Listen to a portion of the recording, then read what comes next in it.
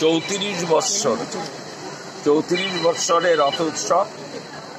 এটা শুধু ডিপিনগরের আদর্শপল্লীর শুধু রথ নয়, এটা সারা ডিপিনগর অঞ্চল 26টা পাড়া নিয়ে ডিপিনগর। এছাড়াও এখানে আমরা দেখেছি আগরপাড়া থেকে প্রচুর মানুষ আসেন এবং কামারহাটির দিক থেকেও আসেন, বেলঘরিয়ার দিক থেকেও আসেন, নন্দনগর দিক থেকেও আসেন। অর্থাৎ বিস্তীর্ণ অঞ্চলের মানুষ এই রথকে কেন্দ্র করে অপেক্ষা করেন। রথ উৎসব এবং প্রভু জগন্নাথ দেবের যে রথযাত্রা, সেদিন থেকেই কিন্তু আমাদের এই রথযাত্রা উৎসবের সূচনা হয়।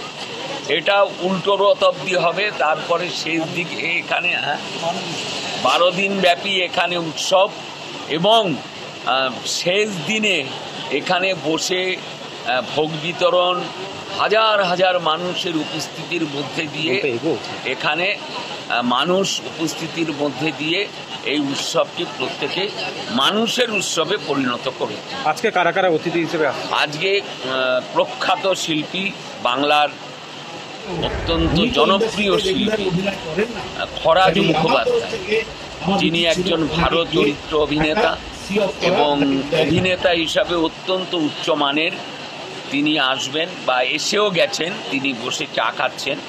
তিনি কিছুক্ষণের মধ্যেই মঞ্চে আসবেন এবং আমরা আশা করব তার উপস্থিতির মধ্যে দিয়ে মানুষের যে শুধু তো মনোরঞ্জন নয়, আমাদের এই মেলার মজা অবশ্যই একটা আছে, বিনোদন একটা অবশ্যই দিক, কিন্তু একটা ধর্মীয় ভাবনা। রথ উৎসব অর্থাৎ প্রভু জগন্নাথ দেবের আশীর্বাদকে প্রার্থনা করে, পাথেয় করে এই রথ উৎসব কমিটি তার যে সমস্ত 12 দিন ব্যাপী কর্মসূচি, সেই কর্মসূচিটাকে সঠিকভাবে রূপায়ণ।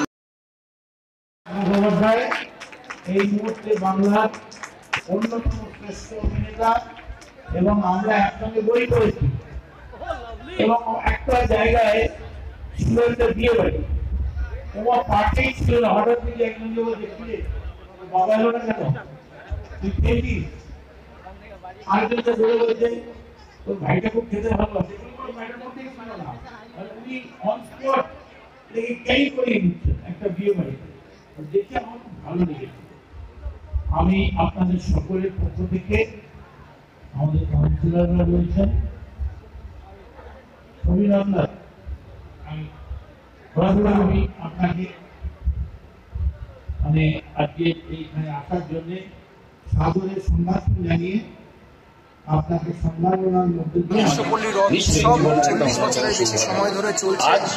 স্বর্গীয় শ্রীপতি মুখার্জি তার স্বপ্নাদেশে বিগ্রহের যে অবতার দেখেছিলেন, সেইভাবে আমাদের কাঠামোকে সামনে রেখে পুজো করা হয় মাহেশের রথের যে পঞ্জিকা, তিথি এবং নিয়ম অনুসারে।